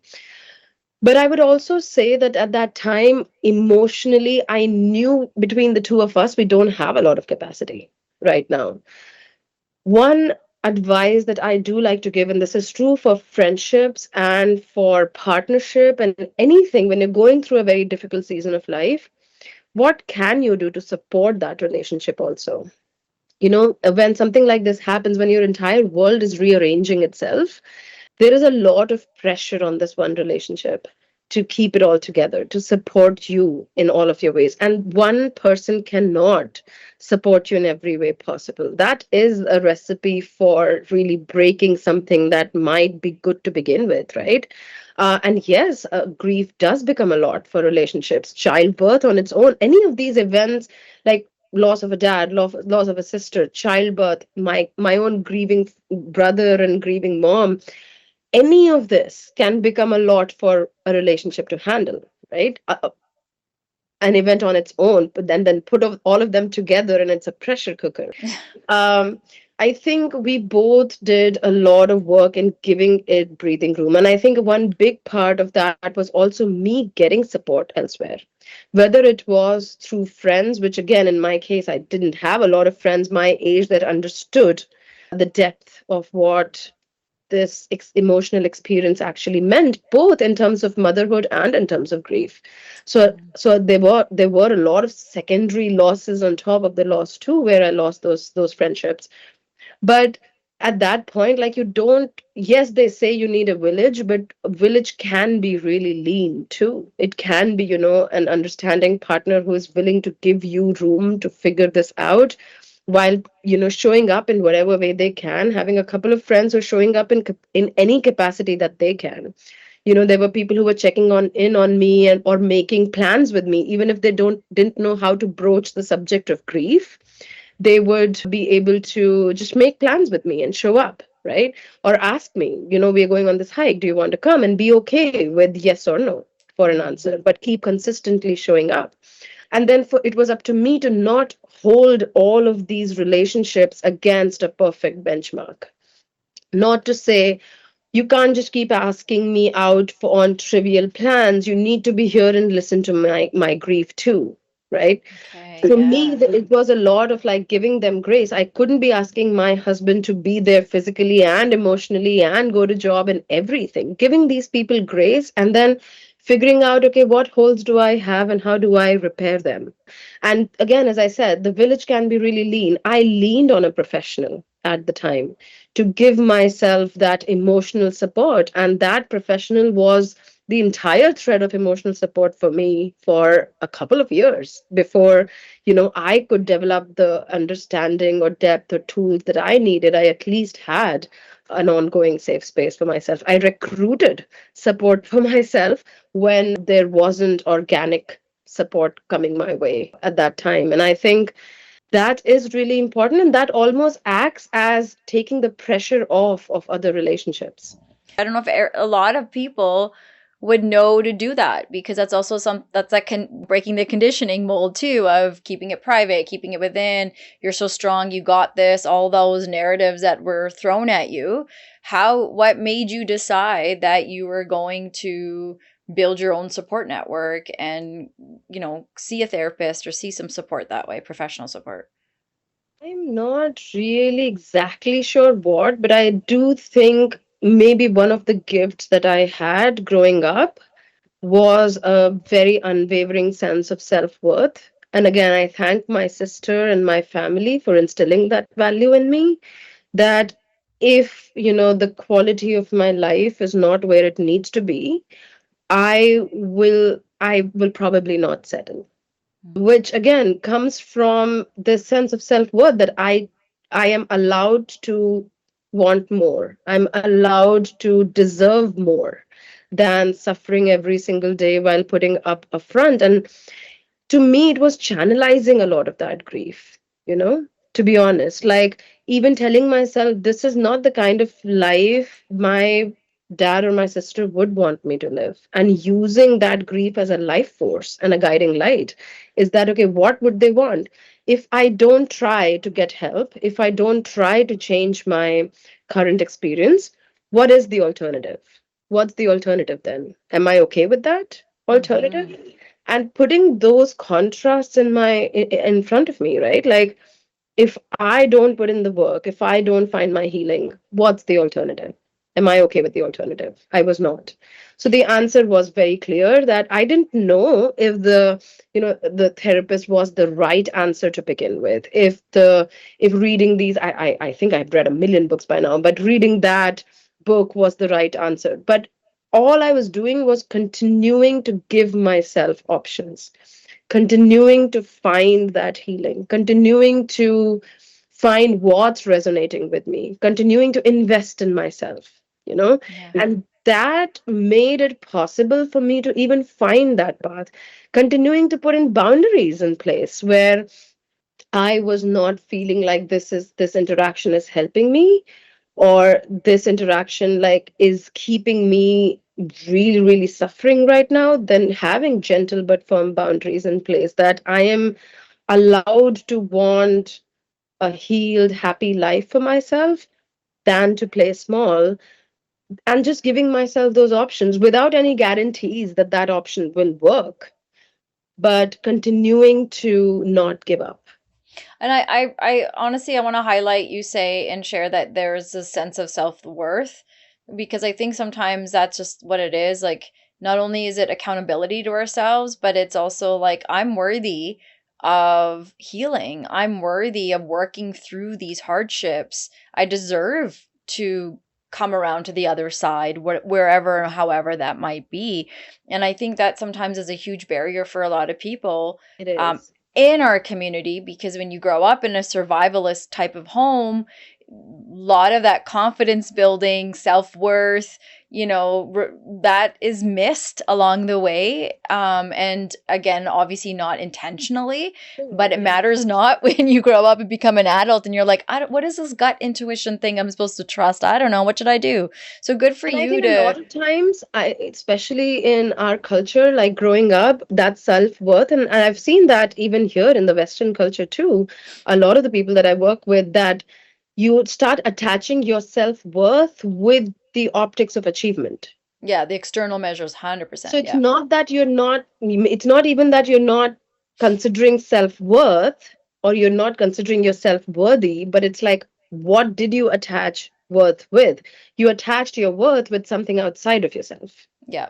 Yeah. And to make that disconnection, that was part of my breaking the mold too, right? As I talked about that, where I had to decide that I'm still somebody that needs a lot of, love and thriving, even if even if I'm not doing it in this particular job, Yeah. or even if I'm not doing it in this particular career, or I'm not trying to say that that career was the entire reason of the bane Yeah. of my existence. It was not. It was a Yeah. huge blessing.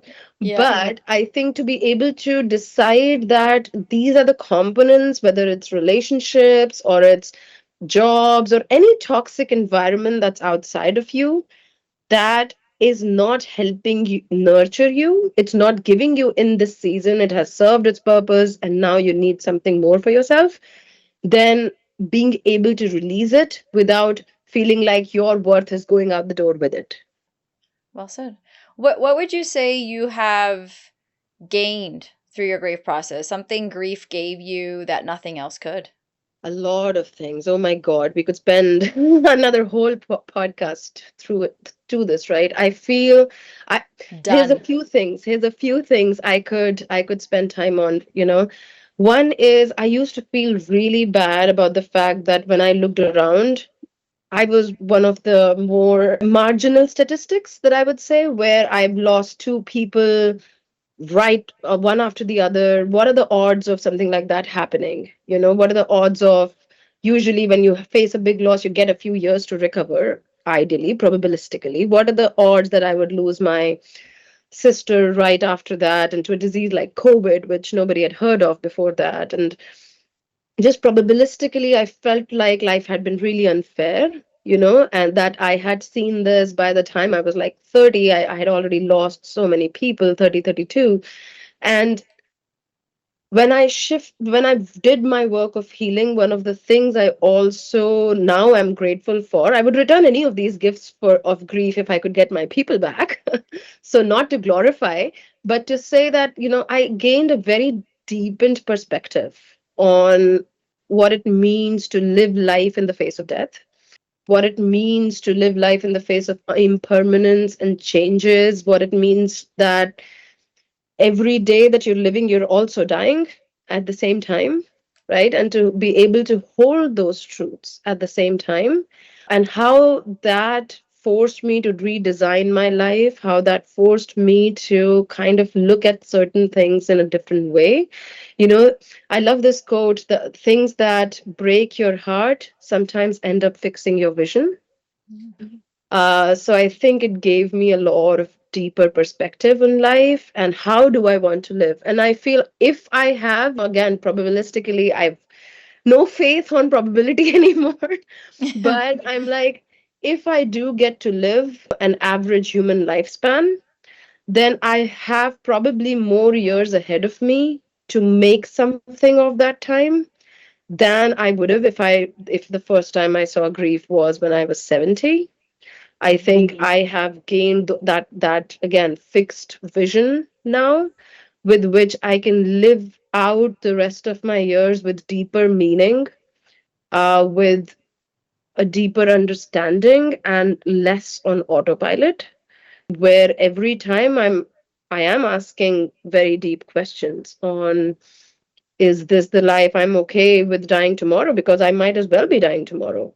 You know that deep in your bones, once you've experienced a loss, especially untimely losses, that nobody is exempt. We might like to pretend that I choose to understand that death is there at every corner, but I choose to believe that I want to still live a very full and fulfilling life until the day comes. So even reaching that understanding, I wouldn't have had that unless I went through this experience. And then also, just what I want to do with my time, I want to help others who are suffering and to be able to say that's my truth right now, right? Right now, I want to pour into others what I've learned.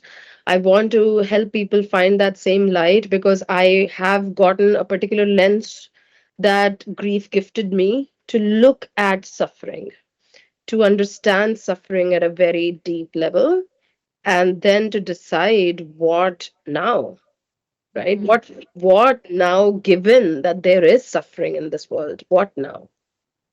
Honestly, in conversation with you, like I hands down hear that empathy and that lived experience coming together. And again, having a South Asian woman like yourself being able to give back to the community and say, hey, listen, I'm here. I'll hold your hand, I'll work with you, I'll do what you need, and maybe even help you figure out what it is you need. Because I think that sometimes that's half the complexity is I don't even know what I need in this process. You're Yeah. numb, you're going through all these sorts of things. And so I think it's wonderful to have people like you out there that are willing to work through such a complex and maybe not fulfilling, part of life, yet it's so necessary. We have Yeah. to go through it at some point. And it's so nice and refreshing to hear you share the list of things you've actually gained from something that we hold such a stigma against and Yeah. say, oh no no, just like you're more positive, you're more joyful, you have all these things that we're all striving for Yeah. by, running around the hill of grief. And you're like, no, I'm going to climb this hill and then I'm Yeah. going to come down it however I do, whether I'm rolling, walking, whatever, but I'm going to do it. And I think a lot of us are better for it because you're living and also honoring the thing that so many of us I can't make sense of. really, I'm so touched. I really appreciate you saying it like that, and I do think it comes with a lot of responsibility too. Because when I was going through my journey, I had nobody that looked like me or came from where I come from, doing this work, right? Yeah. And understanding those family and culture and those layers that I understood in a lot of times. No shade here or anything, right? Like. A lot of times I had to explain to professionals why I think the way I think, right? Like, uh, why Yeah. would you grieve your siblings so much? Because were you that close? And I'm like, it's Yeah, not there you even a go. There's that thought. question. Yeah. It's Yeah. not even a thought. Or like, why would you not put more boundaries? Why would you want like anything around families and stuff like that? We are just also just inherently very, very family wise, we're very close with grandparents, with a lot of things. And you can't, a big part of me getting support from professionals was sometimes also just explaining a little bit more about where I'm coming from and then having them see my perspective, which is sometimes it's work, right? It's work on top of grief work, Yeah. Yeah. having to explain yourself. So, and that's true. I think I relate with the South Asian part of that and the cultural part of that, which I sometimes found myself explaining. But in every grief story, because every relationship is so unique, a lot of people find themselves explaining things, right, to people who have not untangle those layers themselves or have Mm. not experienced those layers themselves of grief and loss and love and how much it can impact you and permeate every part of your life. So even not having to explain those aspects, whether it's the South Asian aspect or just the experience of grief itself, As can humans. make Yeah. can Yeah. make this journey so much lighter, or rather not make it heavier than it needs to be, where you are also doing all the explaining and why your feelings are valid and all of that. Yeah. I know it's like you're decolonizing the system at the same time of going through your process and cycle breakers, right? I think that's the thing. It's trying to bridge these gaps that we have in our support systems in the world with professionals that are going to help the next person out. And you know, you said this earlier, we want to leave this world a little bit better than we found it. And even in the mental health world, for you to kind of work through that, you're like a research project for some of the therapists and people out there that are like, oh, okay, wait a minute, I as a therapist have a responsibility to say, I don't really know everything here that you could be Exactly. going through while you're also figuring it out. And I think that's a great therapist who can acknowledge that versus saying, oh yeah, I got all the information, you're all the same, you know, everyone do the Yeah. same Being strategy here. open, like it's the same thing whether you're a friend or a professional. Allow them to tell them. Ask, don't tell. Right? Yeah. Ask. Yeah. So as we wrap up, what is something that maybe you've never really said out loud about grief that you've kind of come to think about in this conversation? What would that be? Something that you haven't shared? The fact is that I've shared so much about grief that there's hardly anything I haven't said out loud. And even with, the Instagram account that I have, that's one of my places of my creative expression of grief too, where if I have a thought, I share it. So I think, I think rather than what maybe I have not said out loud, I would say what things that are not said out loud is that the fact that grief stays with you throughout your life, and it's okay for your grief to stay. That doesn't mean you're doomed to a life sentence. That still means that you're capable of, you have the capacity to hold both grief and life in your hands at the same time. You're capable of doing both, and everybody that has been born in this mortal human body, in this impermanent existence, capable of loving, is capable of doing both. Hmm. Right? We are born to love in a world with no guarantees, so we can do both, and it's probably that is part of the design, right? That we are supposed to do both. But it's not an either or choice in life. It never is to anything. You're allowed to want more for yourself. You're allowed to want to heal, to find joy again. You're allowed to want it while grieving. As complex and as big and as impossible as it may sound, you're allowed to want all of it and find your way to it. Is there anything, Shri, that you wish we talked about in terms of grief, or that I asked that maybe I didn't, that or something you want to go back and clarify within this I do. conversation today? I think one thing that I would love to talk about when it comes to grief is that, to anybody listening to this, is be very, very cognizant of having your grief be denormalized in society right now, where they attach some sort of psychological label to you, whether it is, you have depression, or you have anxiety disorder, or you have prolonged grief disorder, which is the one that makes me the maddest, Mm, right? Anytime we put ourselves into those boxes, we limit ourselves a lot. And again, grief is something very, very human. Be aware of the fact that you are unfortunately living in a society that is not ready to accept that death is the finality for everybody, and that it's a very normal and natural part of life. Uh, which is why any negativity, anything, you know, related to not living an Instagram highlight reel of your life sounds like a disorder. But yeah. it's not. Grief is something that is going to happen to every human being. That does not mean anything that you're experiencing is wrong. Your nervous system needs support, and it's capable of healing itself. It's capable of finding the safety again that this grief and loss has disrupted for you.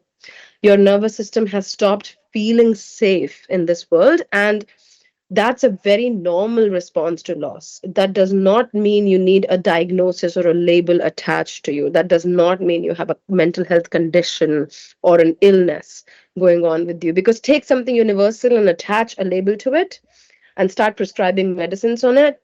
Great, you have an amazing business, right? Yeah, So, 100%. I think you We call it the DSM here. You guys call it something different, but it's definitely a money-making book. All these diagnoses are there so that you get the right prescription, the right meds. And again, sometimes you need those things, but that's Yeah, part of the journey of healing and it's not the be all end all. And unfortunately, the medical world makes it like that's the fix. that's the whole And that's thing. what I Yeah. hear you saying. I don't have to add to it. Yeah, yeah. And I Um, think what I was going to say is that these medicines, again, all power to medical science and for coming up with a lot of ways to manage your symptoms, but see it for what it is, right?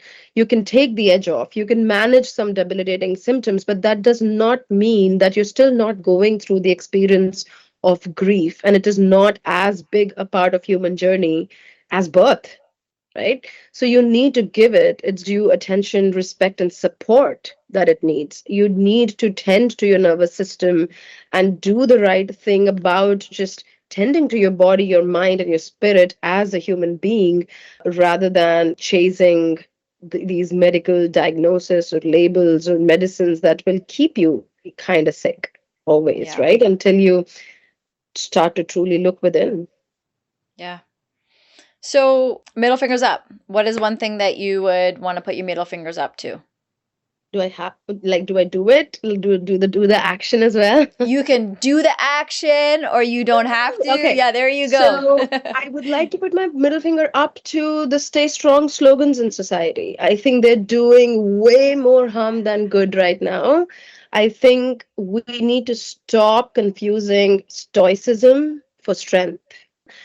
Stoicism is a performance. If you're not crying and if you're putting a smile on, if you're showing up for work, for social gatherings, it's stoicism, and you can do it as a performance for people who are not your people, right? But true strength is being able to be a human in this world. True strength, there's only one true strength in this world, which is love and compassion for others and compassion for yourself. Despite the impermanence nature of our existence, you choosing to love. What more proof of strength do you need? Right? So the fact that you're born here, you're putting one foot in front of the other, you don't have to judge yourself for how you do it. Don't confuse stoicism for strength. There is stoicism is for others. There's nothing in it for you. What is for you is this one lifetime you've got on this earth and making the most of it. And whatever your journey looks like for you, give yourself the permission to live your life. Don't wait for others' permission for it. I love that. And you might have already just said that now, but if there was one thing and only one thing people that are here with us in this conversation today leave with on the topic of grief, what do you hope that one thing and only one thing would be? The one thing and only one thing would be you already have everything it takes to heal, and getting support is not a weakness, it's wisdom.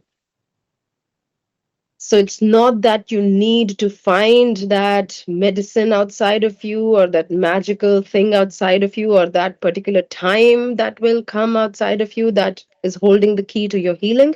You are holding the key to your healing, and you are allowed to ask for support and not do it alone. You're allowed to lean on others. That does not make you weak. Well said. And lastly, where can people find you if they want to connect with you, start the process of working through their grief, or even just follow you on your socials? You post really good things. You had a carousel about what being stoic is. You do share a lot of good information on there. So where can people find you? Absolutely. Yeah. So I am active in a lot of social media channels. Instagram to begin with. My handle is at transforming.through.grief. That's my Instagram handle. Transforming Through Grief is also my page on Facebook, if that's where you are, or on Threads. I have a website. Again, easy to remember. It's www.transformingthroughgrief.com. So that's where you can find me. I'm always also in my Instagram DMs. You can reach out to me there or email to me at team@transformingthroughgrief.com. And I'm super good about getting back to you. That's awesome. Perfect. And like I said, we'll have that in our show notes as well. Okay, so can you believe it? Time flies when you're just having a great conversation. So I just want to thank you. I also want to give a shout out to Mano, Yeah, who was connecting us. on right? She's the one that connected us. She was on one of our episodes not too long ago. She's a big believer of our platform. She's a big believer of the work you do. And so I just thought, thank you to her for connecting you and I. I also want to just share a lot of what I'm taking from this conversation today is that grief is not something for us to fix or finish. Absolutely. It's something that, we're, like we said, we're in a relationship with, and that it lives in our bodies, in our Yeah. families, in our cultures. And so when we learn to carry it consciously, it can be honestly like a very humanizing process for Absolutely. us, where we Yeah. learn that compassion, that empathy, and those wonderful traits that you shared with us today. Is there Yeah. anything that you want to lastly say or add before we sign off today? No, just like you said, I think grief is nothing to be fixed or solved. Grief is a recalibration of your human life and your human journey, and you're allowed to do that. You're allowed to have support in that. And also, I just wanted to say a shout out to Manu as well. And I think I want to give you a shout out too. I think Oh, you're creating a space for some very, very powerful conversations. I heard the podcast with Manu too, so powerful, such important things where we're going back to some of the roots and what it means to be human and things that we have forgotten about and gotten disconnected from our humanity. You're bringing the focus back there. You're raising your middle finger to a lot of dogmas and a lot of things that keep us stuck and keep us small. So more power to you, and I hope you never stop. well, I appreciate that. We are only possible on MFU with people like you, people like Mano, people like that join us in every conversation. This platform is for us, and so I might have created it, but I need the community to want to believe in it and be part of it. And, I can't have these conversations on my own. So I'm really grateful for people like you that reach out, that tune in, that want to come on, want to get vulnerable. And, we're only just, I always say, like scratching the surface as a community. We're just opening the door to these conversations. So this is the beginning of one, and we love it when people send feedback and tell us what hit well, what didn't hit well either. We learn a lot from that so that we can continue having these conversations, which is the goal. We don't want to stop. We want to keep talking so that we can heal. Otherwise it stays in, and that's Yeah, not great. So thank you for that. That meant a lot. I appreciate that. absolutely. And then we carry it and we give that as part of legacy to the next generation, right? So That's need to right. stop doing that. That's Yeah. right. Well, thank you. Thank you so much for being here with us. Thank you for having me, Kiran. I really, really appreciate you giving me and sharing your incredible platform with me and with my words. I really appreciate that.